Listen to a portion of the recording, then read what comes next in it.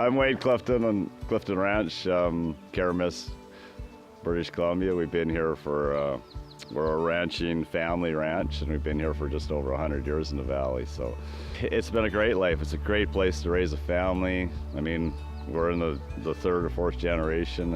It's kind of fun to have that, you know, background and have the family support. Our family's very close, and yeah, so it's a great thing.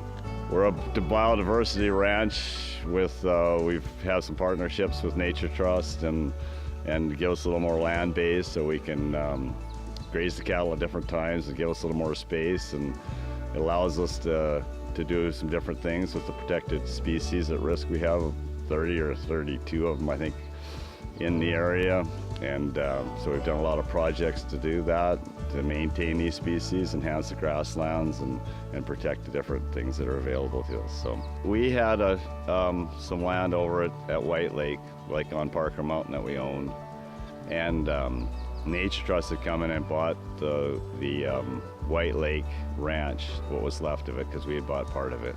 The idea was that they bought it to preserve it. They weren't going to have cattle. There would be no cattle there, and then we're just going to let it grow back over and then carry on. But they were trying to figure out how they were going to manage it and the different things they were doing there, and realized that it wasn't really working what they were doing. So they had to strategize what they were going to do. And it was tough, I'm not going to say. I think at the beginning we all looked at each other and said, I think we're crazy for doing this, because you go to the meetings, you sit down with everybody, and you had, you know, a lot of different biologist stuff sitting there that were on the other side of the board saying, you know, cattle are going to devastate it, they're going to wreck it, that's why you have this, so you shouldn't have cattle there. And then we rotated, made different pastures up, and so we rotate these pastures. Some of the pastures were only in there, say, 2 to 3 weeks, every 2 years. So we use them, and then we leave them. And by doing that, we're able to take the weeds away, take the excess grass. So it stimulates the grass growth, decreases the weed growth, and by doing this, we're actually changing the grasses now from more of a spear grass. Now the natural species are coming back. We're getting a lot more blue bunch and stuff like that. So we are actually kind of changing it to more of a cereal grass type basin now, and it takes time. Like it's taken a long time. And you can see the grasses start to move down, and you can see the benefits of what we're doing. So it takes time. It's a 50-year project.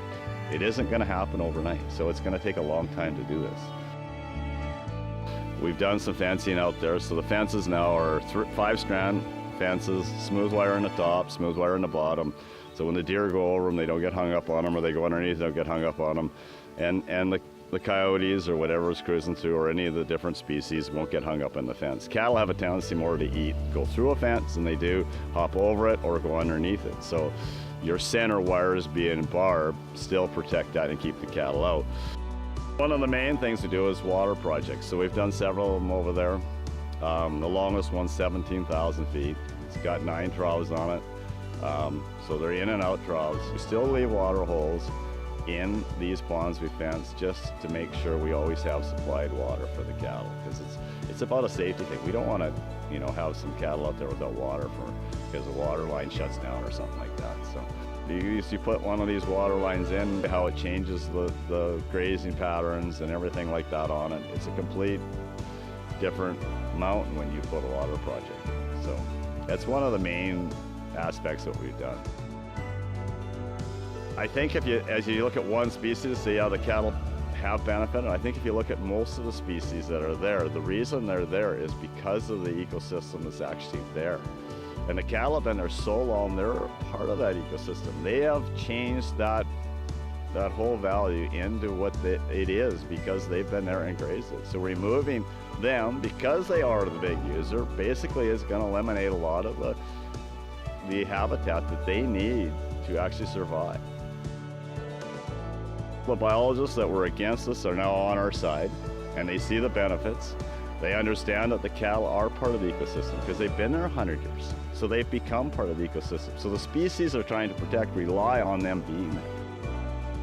And I mean, all along when we're doing this, we're saying we want to have a project that is economically viable, but still enhances the grasslands. And that's basically what we're trying to do today, and so that it'll work for everybody. We didn't do this to win awards. We actually did this because we thought it was the right thing to do. And managing the grasslands, enhancing the grasslands,